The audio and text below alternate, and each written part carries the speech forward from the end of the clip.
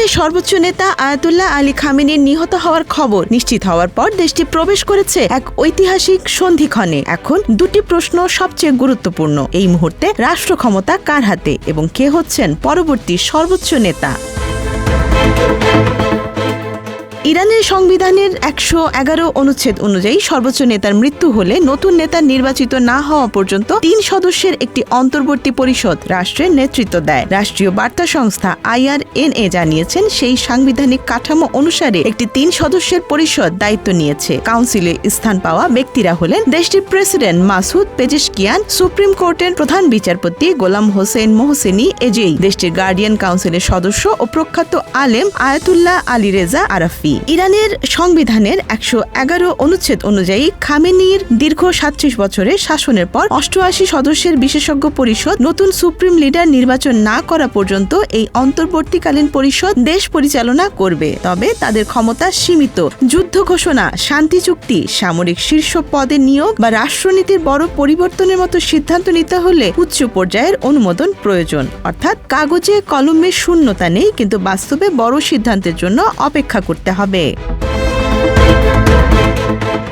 ইরানের সর্বোচ্চ নেতা নির্বাচন করে ৮৮ সদস্যের ধর্মীয় পরিষদ অ্যাসেম্বলি অফ এক্সপার্টস। এই পরিষদই ১৯৮৯ সালে আয়াতুল্লাহ খামেনিকে নির্বাচিত করেছিল। সংবিধান অনুযায়ী যত দ্রুত সম্ভব নতুন নেতা নির্বাচন করতে হবে। তবে চলমান সামরিক উত্তেজনার কারণে সব সদস্যকে নিরাপদে একত্র করা কঠিন হতে পারে।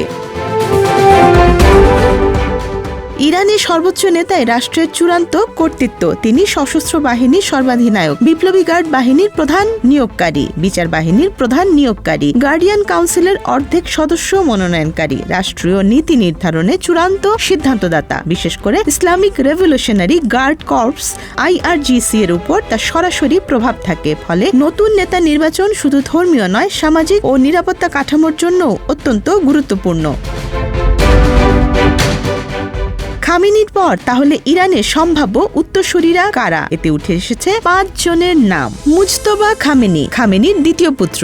IRGCর সঙ্গে ঘনিষ্ঠ সম্পর্ক রয়েছে বলে ধারণা করা হয়। তবে পিতা থেকে পুত্রে ক্ষমতা হস্তান্তরে ইরানে বিতর্ক হতে পারে। তিনি উচ্চপদস্থ আয়াতুল্লাহ নন, এটিও একটি বাধা। পরের নামটি আলী রেজা আরাফি। তিনি অ্যাসেম্বলি অফ এক্সপার্টস এর উপ চেয়ারম্যান। প্রশাসনিক অভিজ্ঞতা রয়েছে। তুলনামূলকভাবে সমঝোতামূলক চরিত্র হিসেবে পরিচিত। তবে IRGCর দৃশ্যমান সমর্থন তার ক্ষেত্রে স্পষ্ট নয়। হাসান খোমেনির নাম এসেছে এই আলাপে। তিনি ইসলামী প্রজাতন্ত্রের প্রতিষ্ঠাতা রুহুল্লাহ খোমেনির নাতি। পারিবারিক ঐতিহ্যের কারণে তার নাম আলোচনায়। তুলনামূলকভাবে উদারপন্থী ভাবমূর্তি রয়েছে, তবে নিরাপত্তা কাঠামোয় তার প্রভাব সীমিত।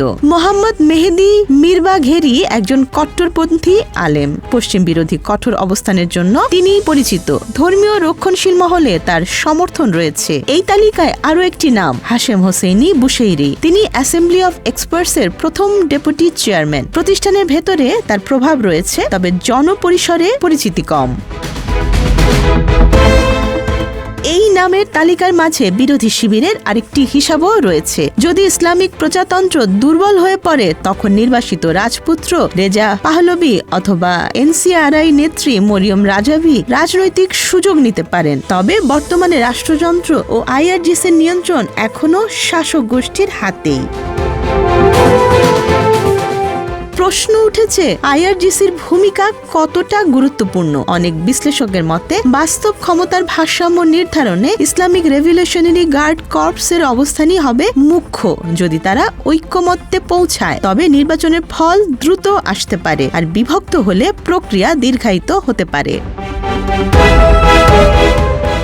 এই মুহূর্তে ইরান সাংবিধানিকভাবে ৩ সদস্যের অন্তর্বর্তী পরিষদের হাতে পরিচালিত হচ্ছে, কিন্তু প্রকৃত ক্ষমতার প্রশ্নের চূড়ান্ত উত্তর মিলবে তখনই, যখন অ্যাসেম্বলি অব এক্সপার্টস নতুন সর্বোচ্চ নেতা নির্বাচন করবে। খামেনির মৃত্যুর মধ্য দিয়ে এক যুগের অবসান হয়েছে। এখন নির্ধারিত হবে ইরান কি আরো কট্টরপন্থার দিকে যাবে, নাকি নতুন কোনো রাজনৈতিক সমীকরণ তৈরি হবে। সবচেয়ে বড় প্রশ্ন এখন একটাই, পরবর্তী সর্বোচ্চ নেতা কি হবেন প্রতিষ্ঠানের ভেতরের কোনো রক্ষণশীল আলেম, নাকি ইরান প্রবেশ করবে সম্পূর্ণ ভিন্ন এক রাজনৈতিক অধ্যায়ে। Desk report, Dhaka express.